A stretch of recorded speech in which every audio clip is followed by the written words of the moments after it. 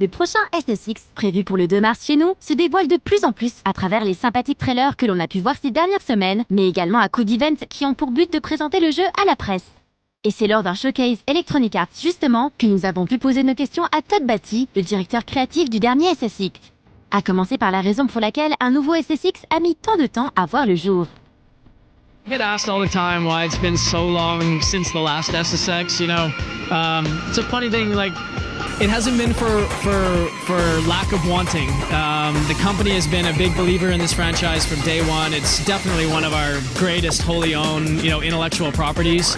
And there have been some tries to bring SSX back, you know, on this round of consoles. But, you know, development's a funny thing. Sometimes it takes the right idea and the right team of people at the right time to just kind of have all the pieces come together. And, you know, I have an incredibly talented team that I'm lucky enough to work with, and we had some big ideas in really early days, and we gained some momentum, and we got a playable together, and it was really fun right out of the gate to be able to play, and we just got a lot of early momentum, and it kind of snowballed, and here we are.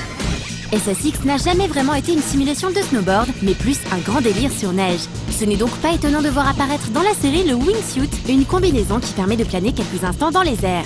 Un principe qui change la manière d'explorer la piste, mais aussi de faire la course. Certaines portions de map se prêtent totalement à ce genre de pratique. Definitely the coolest new gameplay innovation is a wingsuit. You know, when we were first looking at SSX, we kind of thought we should look at what people are doing in the real world, and we should definitely make sure that we can do that and then figure out ways to make it even crazier. And the first time that I saw a flying squirrel suit, wingsuit in real life on a YouTube video, which is crazy, by the way, and if you don't know what wingsuits are, you should absolutely go on YouTube and type in wingsuit, and you'll see people doing some incredibly crazy things.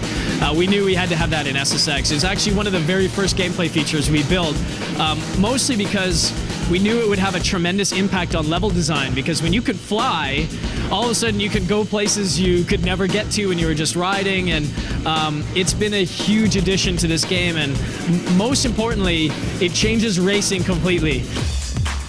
Si le nouvel SSX aura mis du temps à sortir, il se pointera tout de même avec un contenu plutôt riche, ne serait-ce qu'en termes de pistes et de spots.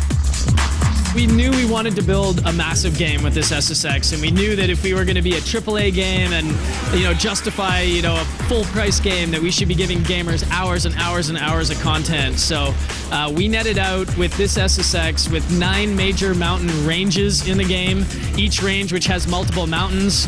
I think the final count of mountains is either 29 or 30 unique mountains in the game, and then on each one of those mountains are multiple tracks with multiple drop points.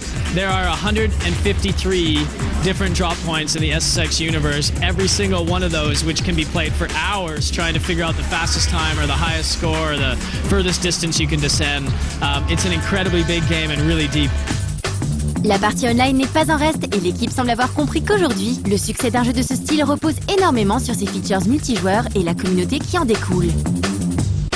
It's almost 85% of people are playing games online now, and we thought, let's, you know, make this an SSX for the connected generation. So we have 2 major game modes that both revolve heavily around online, something we call Explore and something we call Global Events. So very briefly, you know, Explore, every time you complete a run in Explore, and it's every run in the game, we'll upload a ghost of that run to our servers, and then anytime one of your friends goes to one of those drops, whether you're online or not, they can compete against your ghost.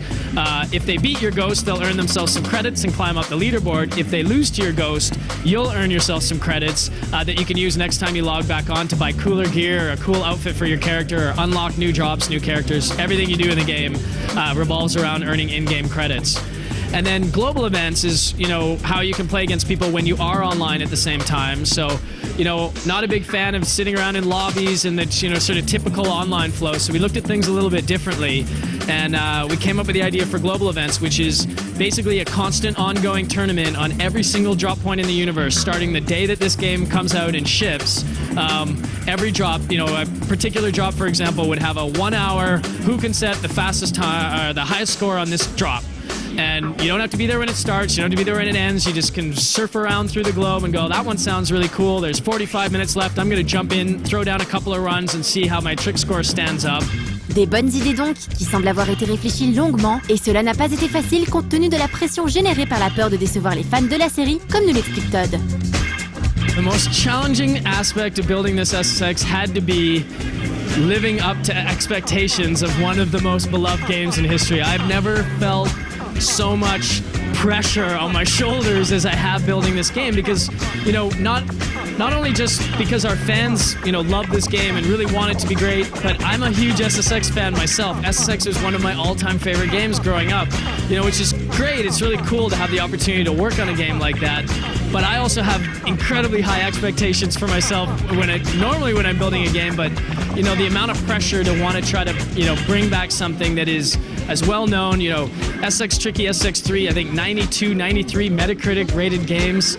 You play them today, they're still great games and they still hold up. And definitely the most challenging aspect was just figuring out how to make sure that we did everything that we did in this game had to be done incredibly well to a really high degree of execution. If we didn't feel like we could do something really, really, really well, we just chose not to do it. And so we tried to make sure that everything we did in the game is to super high quality.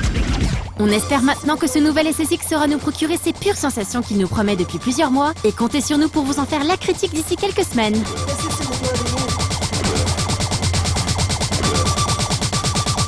The download is complete.